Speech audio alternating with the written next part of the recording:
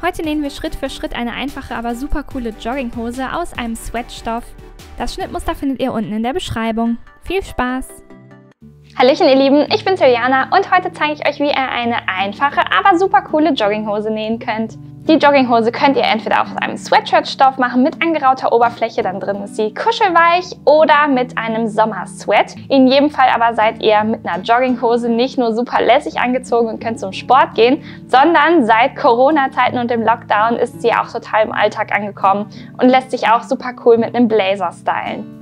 Die Jogginghose könnt ihr entweder mit einer Overlock nähen oder ganz normal mit einer Nähmaschine mit einem leicht stretchigen Stich. Da zeige ich euch einfach, wie es geht und ihr macht am besten direkt mit. Für die Jogginghose braucht ihr keine besonderen Vorkenntnisse im Nähen. Guckt euch vielleicht gerne noch unser Grundlagen-Tutorial an, wenn ihr noch nicht an der Nähmaschine gesessen habt. Da erfahrt ihr alle Basics und dann kann es direkt hier weitergehen, denn die Jogginghose ist wirklich ein super einfaches Projekt. Das The Basic Jog Pants Schnittmuster könnt ihr euch direkt runterladen als PDF, Link in der Beschreibung, oder als Papierschnittmuster euch zuschicken lassen.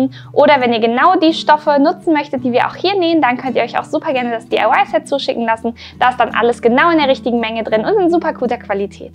Wir nutzen beispielsweise einen GOTS-zertifizierten Bio-Baumwoll-Sweat für die Basic Jog Pants. Und bevor ich es nachher vergesse, liked und kommentiert doch super gerne dieses Video und abonniert auch unseren Kanal, denn dann könnt ihr keinen Teil unserer nächsten Kollektion mehr verpassen. Viel Spaß! Wir benötigen natürlich unser Schnittmuster als Papierschnittmuster oder PDF, einen Sweatstoff, ein passendes Bündchen dazu, Gummiband, passendes Nähgarn, eine Jersey-Nähmaschinennadel und wenn ihr möchtet auch noch ein Stoffetikett. Damit kann es losgehen. Das Papierschnittmuster schneidet ihr dann genau an den Linien für eure genaue Größe aus. Ich nähe heute eine Größe L und ihr schneidet jetzt alle Schnittteile genau so häufig aus dem Material zu, wie es auf jedem einzelnen Schnittteil zu erkennen ist. Nach dem Vorwaschen oder einmal heiß abdampfen mit dem Bügeleisen breitet euren Stoff dann einmal vor euch aus, genauso wie es auf eurem Schnittbild in eurem Booklet oder E-Book zu sehen ist, und legt dann nach und nach alle eure Schnittteile auf den Stoff aus, wie es da genau zu sehen ist. Das kann sich von Größe zu Größe unterscheiden. Bei mir liegt die linke Stoffseite jetzt innen, die erkenne ich daran, dass sie angeraut ist. Alle Nahtzugaben sind bereits im Schnitt enthalten und dann ist nur noch wichtig, dass alle Schnittteile genau im Fadenlauf liegen. Das heißt, der Fadenlaufpfeil, der auf jedem einzelnen Schnittteil zu sehen ist, der ist genau parallel zu eurer Bruchkante oder eurer Webkante vom Stoff. Ich messe den Abstand also auf verschiedenen Höhen von diesem Fadenlaufpfeil, um sicherzugehen, dass mein Schnittteil überall richtig im Fadenlauf liegt. Ihr habt noch die Option, eure Beine zu verlängern oder zu verkürzen. Schneidet dafür genau in der gestrichelten Linie einmal entlang und erhöht den Abstand dazwischen um die gewünschte Länge oder schiebt die Schnittteile aufeinander und gleicht dann jeweils die rechte und linke Seite von eurem Bein einmal aus, um so die gewünschte Länge für euch zu erreichen. Und dann stecke ich meine Schnittteile einmal ringsherum fest, sodass ich gleich gut entlang schneiden kann, direkt an der Kante. Schneidet jetzt bitte alle Teile in eurer Größe genau so häufig aus, wie es auf den einzelnen Schnittteilen zu erkennen ist. Wichtig ist jetzt noch, dass ihr alle die Knipse markiert, die zu eurer Größe dazugehören. Schneidet damit bitte nur mit der Scherenspitze so 2-3 mm in euren Stoff ein, tiefer nicht, denn diese Knipse dienen uns dann als Orientierungspunkte beim Nähen. Sucht, findet und markiert jetzt bitte alle Knipse. Achtung, ein Teil wird aus Bündchenstoff zugeschnitten und auch das schneiden wir jetzt genauso zu, wie wir es zuvor mit unserem Sweatstoff gemacht haben. Platziert euer Schnittteil darauf, steckt es fest und schneidet genau an der Kante entlang, sodass ihr 2 von diesen Bündchen für eure Beine habt. Wir fertigen als erstes die Taschen. Dafür legen wir einmal unser Vorder- oder Rückteil, je nachdem womit ihr starten mögt, mit der rechten Seite nach oben vor uns hin und platzieren dann an der Seitennaht bis zu dem Knips unseren Taschenbeutel rechts auf rechts. So soll der später liegen und dann klappen wir ihn einfach einmal rum und stecken uns dann diese kurze Strecke zusammen. Wir platzieren jetzt also die 4 Beutel an beiden Vorderhosenteilen an der Seitennaht und bei beiden Rückhosen und nähen dann diese kurze Strecke. Dazu fädelt bitte eure Nähmaschine ein, wenn ihr mit der normalen Nähmaschine nähen möchtet, in Ober- und Unterfaden. Wenn ihr beim Einfädeln noch Hilfe braucht, weil es eins eurer ersten Projekte ist, dann schaut super gerne auch unser Grundlagentutorial zum Nähen an der Nähmaschine. Ihr könnt aber auch super gerne die geraden Nähte mit der Overlock-Maschine nähen, wenn ihr eine habt. Ansonsten wählt gerne einen Stretch-Stich wie diesen aus mit einer Stichlänge von 2,5. Damit können wir die Jogginghose auch komplett nähen. Mit dem Stretch-Stich können wir nähen wie mit einem normalen Geradstich. Wir verriegeln also ganz am Anfang unserer Naht, nähen dann mit einer Nahtzugabe von 1 cm bis zum Ende unseres Taschenbeutels an der Seitennaht und verriegeln dann dort wieder. Nicht wundern, diese Stretch-Stiche dauern aufgrund dieses leichten Zickzack-Musters länger als die Geradstiche, das ist ganz normal. Dafür ermöglichen sie uns aber etwas Dehnbarkeit in der Naht und das ist bei diesem Stoff super wichtig. Dann wird gebügelt und wir bügeln die Nahtzugaben von der Naht, die wir gerade genäht haben, in Richtung unseres Taschenbeutels. Die können wir erst einmal platt bügeln und dann eben hier nach rechts in Richtung des Beutels legen und auch von der rechten Seite noch einmal darüber bügeln. Dann legen wir unser Vorderhosenteil und unser Hinterhosenteil mit den rechten Seiten aufeinander. Auch die Beutel sind aufgeklappt und liegen genau aufeinander. Und jetzt werden wir als nächstes die äußere Kante vom Beutel und die komplette Seitennaht aufeinander stecken. Die Strecke nähen wir nämlich dann gleich in einem durch. Wichtig ist, dass wir anfangen, hier bei dieser Ecke unterhalb des Taschenbeutels zu stecken. Und zwar genau 1 cm oberhalb von dieser Ecke in unserem Stoff. Stechen wir die Nadel von oben nach unten durch die Naht, also durch die Nahtzugabe. Und genau dann auf der anderen Seite auch hier durch die Naht, sodass diese dann später genau aufeinandertreffen. Das ist wichtig. Und stecken uns dann den restlichen Beutel an diese Rundung und die komplette gerade Seitennaht.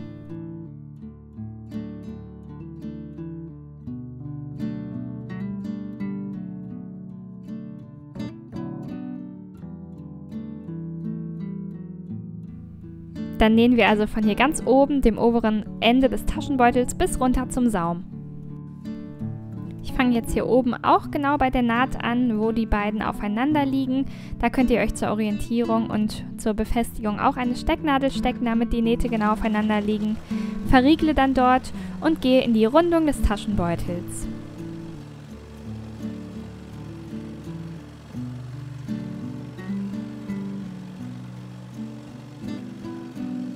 Dann nähern wir uns der Ecke und lassen genau dort in der Naht, in der auch die Nadel steckt, dann unsere Nähnadel stecken im Tiefpunkt. Ich lege mir meine Nahtzugaben jetzt noch schön dafür. Die zeigen in Richtung des Beutels, wie wir sie zuvor gebügelt haben. Und genau in der Naht bleibt die Nadel dann stecken. Ihr könnt auch euer Handrad dazu nehmen, damit ihr wirklich genau trefft. Lasst die Nadel stecken, hebt den Nähfuß, dreht dann eure Jogginghose in die nächste Richtung und näht dann weiter Richtung Saum, also die gesamte Seitennaht hinunter.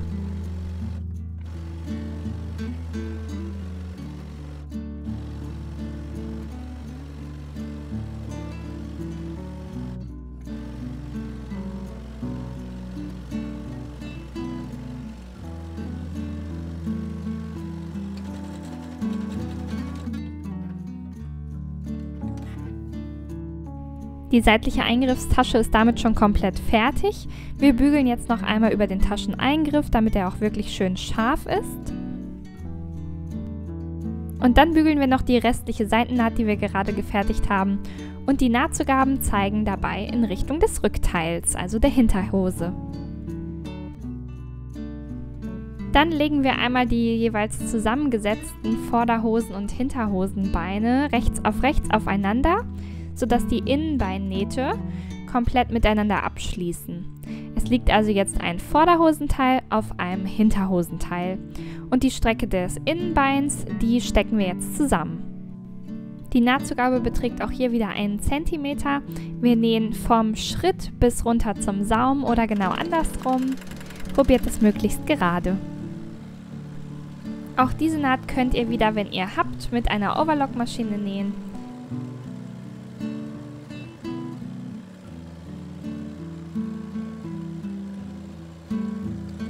dann wieder verriegeln und den Faden abschneiden. Die Nahtzugaben können wir dann als erstes einmal von der linken Seite aus platt bügeln und dann legen wir uns die Hose auch noch einmal so vor uns hin, dass wir die Nahtzugaben auseinander bügeln können. Das Ganze machen wir dann bei beiden Hosenbeinen. Abschließend wenden wir die Hosenbeine dann auch noch einmal und bügeln von der rechten Seite darüber. Diese 3 Schritte sind immer wichtig. Nach einer Naht also erstmal platt bügeln, Nahtzugaben auseinander bügeln und dann noch einmal von der rechten Seite abbügeln. Als nächstes möchten wir die Schrittnähte rechts auf rechts legen, denn wir haben jetzt ja 2 einzelne Beine und dafür fangen wir einfach bei der Innenbeinnaht an. Wir möchten jetzt also die Nahtzugaben vom Innenbein aufeinander legen jeweils. Die Nahtzugaben waren ja auseinander gebügelt und genau in diese Naht, die wir da haben, können wir jetzt eine Nadel stechen und die stecke ich mir einmal quer. Die lasse ich dann auch beim Nähen stecken.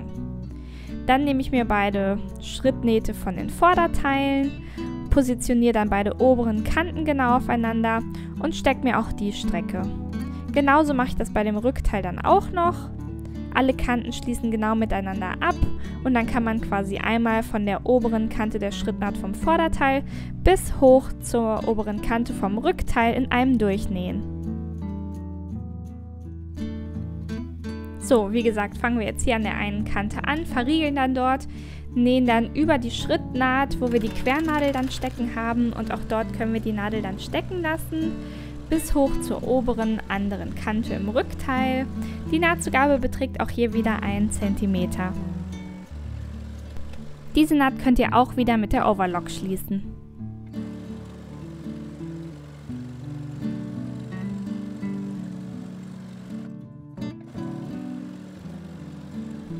Wenn wir die Schrittnaht dann geschlossen haben und verriegelt haben, schneidet den Faden gerne ab und kontrolliert die Schrittnaht einmal, ob sie gut geworden ist. Und da machen wir genau das gleiche noch einmal. Also auf dieser Schrittnaht, wo man jetzt ja schon eine Naht hat, nähen wir genau auf der gleichen Stelle noch einmal.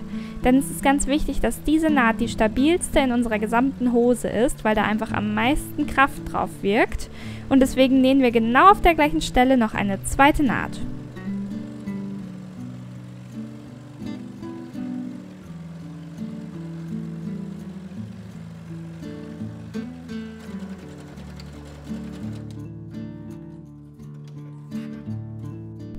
Dann bereiten wir unser Bündchen vor. Das legen wir einmal rechts auf rechts in der Mitte gefaltet mit den kurzen Strecken aufeinander und stecken uns diese fest. Diese kurze Strecke nähen wir dann jetzt. Die Nahtzugabe beträgt auch hier wieder 1 cm. Ihr könnt aber auch mit der Overlockmaschine arbeiten.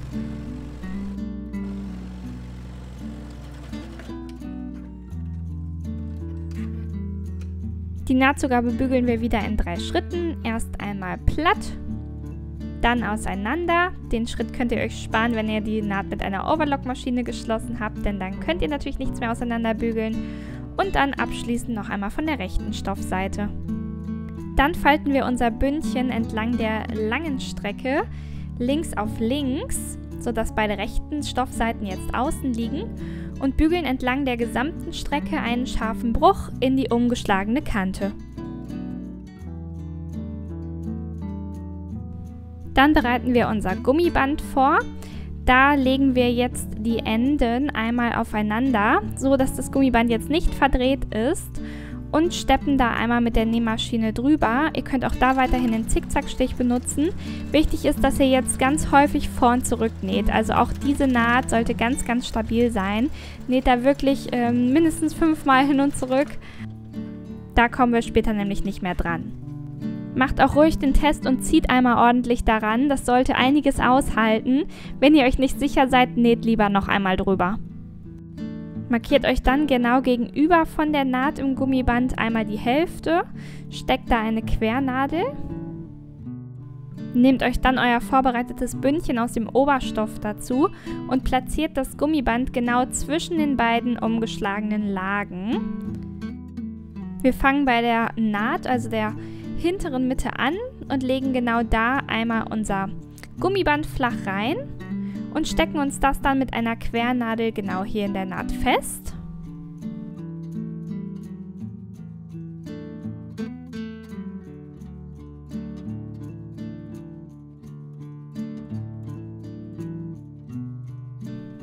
Und dann soll genau die Hälfte von meinem Gummiband auf die Hälfte von meinem Bündchen treffen. Die ermittelt ihr bitte auch einmal. Genau da legt ihr das Gummiband dann auch wieder zwischen die Lagen. Schaut bitte, dass das Gummiband nicht verdreht ist, sondern noch genauso hier auch liegt. Die Markierungsstecknadel könnt ihr dann auch entfernen und stattdessen wieder einmal beide Lagen und das Gummiband mit einer Quernadel zusammenstecken.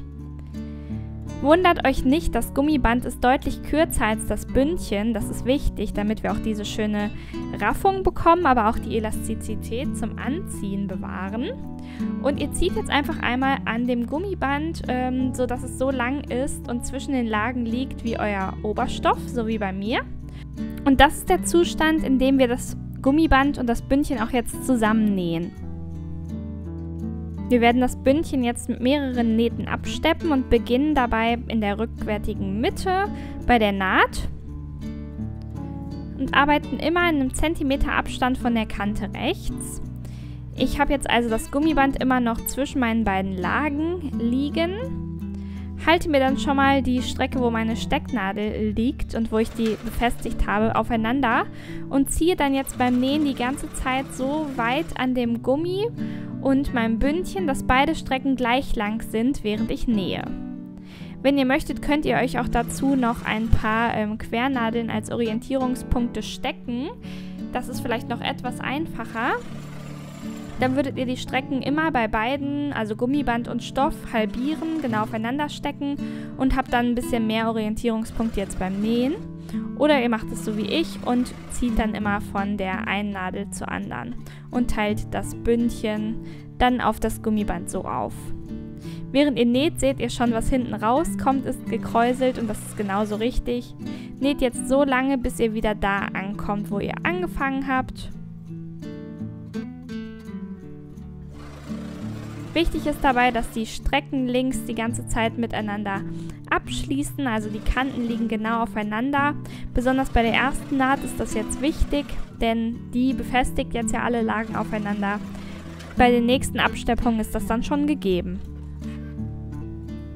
So sieht das Ganze dann jetzt aus, wenn die erste Absteppung gemacht ist und die nächste folgt sogleich.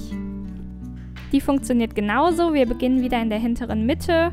Diesmal beträgt der Abstand nach rechts zu der Naht, die wir gerade genäht haben, 1 cm. Und wir ziehen wieder genauso an unserem Bündchen und dem Gummiband, wie wir es zuvor gemacht haben, und nähen jetzt auch einmal komplett im Kreis, bis wir wieder da ankommen, wo wir angefangen haben. Verriegeln tun wir auch am Anfang und am Ende. Diese ganze Bündchenverarbeitung müsst ihr übrigens mit der Nähmaschine machen, da gibt es keinen Weg drum herum. Die könnt ihr nicht mit der Overlock-Maschine machen. So sieht das Ganze dann nach der zweiten Absteppung aus und die nächste verbindet dann gleich dieses Bündchen mit unserer Hose. Legt die Hose jetzt mit der rechten Seite nach außen einmal vor euch hin und nehmt euch das vorbereitete Bündchen dazu und platziert dann jeweils den Knips der vorderen Mitte auf der vorderen Mitte der Hose und die Naht der hinteren Mitte vom Bündchen auf der Schrittnaht der hinteren Mitte der Hose. Auch hier ist es wieder so, dass im ungedehnten Zustand unser Bündchen deutlich kürzer ist als der Umfang an unserer Hose oben. Deswegen müssen wir auch hier wieder das Bündchen mit dem Gummiband komplett beim Nähen dehnen. Alle Lagen liegen also rechts auf rechts und wir fangen hier wieder bei der hinteren Mitte an, verriegeln dort, ziehen dann unser Gummiband mit dem Bündchen immer so lang, wie die Strecke ist von unserer Hose. Auch hier könnt ihr euch gerne wieder mehr Nadeln stecken, wenn ihr möchtet. Und dann nähen wir auch hier wieder einmal komplett ringsherum. Diese Naht könnt ihr übrigens wieder mit der Overlock-Maschine nähen.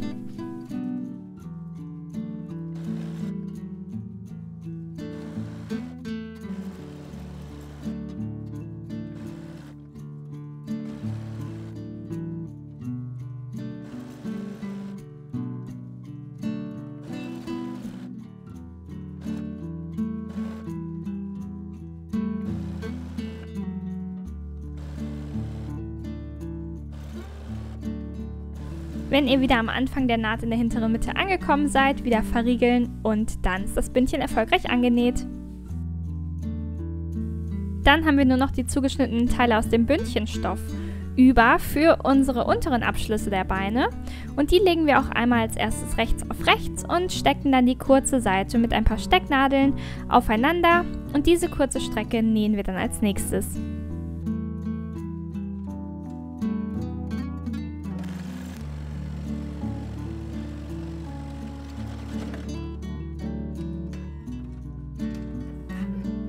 Die Nahtzugabe bügeln wir auch wieder erst einmal von der linken Seite aus platt, dann auseinander, es sei denn, ihr habt diese Naht auch mit einer Overlock-Maschine genäht, und anschließend noch einmal von der rechten Seite. Dann falten wir einmal dieses Bündchen, und zwar links auf links, also die schöne Seite liegt jetzt außen, sodass die Kanten oben von diesem Tunnel miteinander abschließen. Und die werden wir gleich zusammen in einem an die untere Kante von unserer Hose nähen. Wenn die Kanten oben alle schön miteinander abschließen, dann bügelt bitte überall unten einen schönen scharfen Bruch in die Bündchen und bereitet dann beide für beide Beine vor.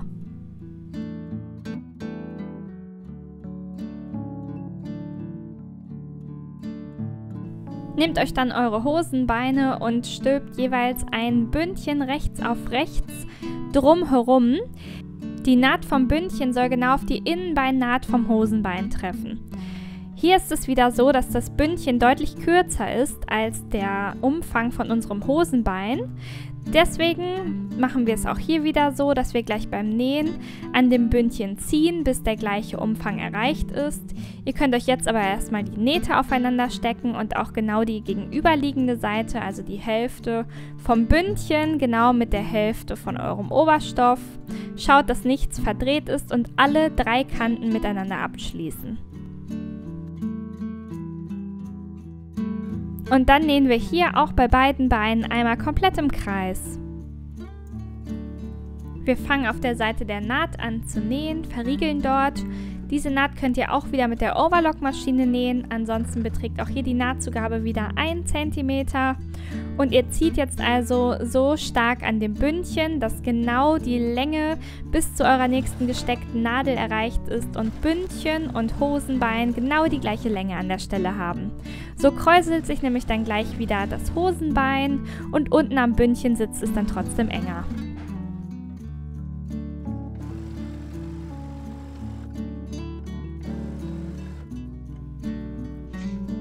Wenn ihr dann wieder da angekommen seid, wo ihr angefangen habt, dann ist auch diese Naht beendet.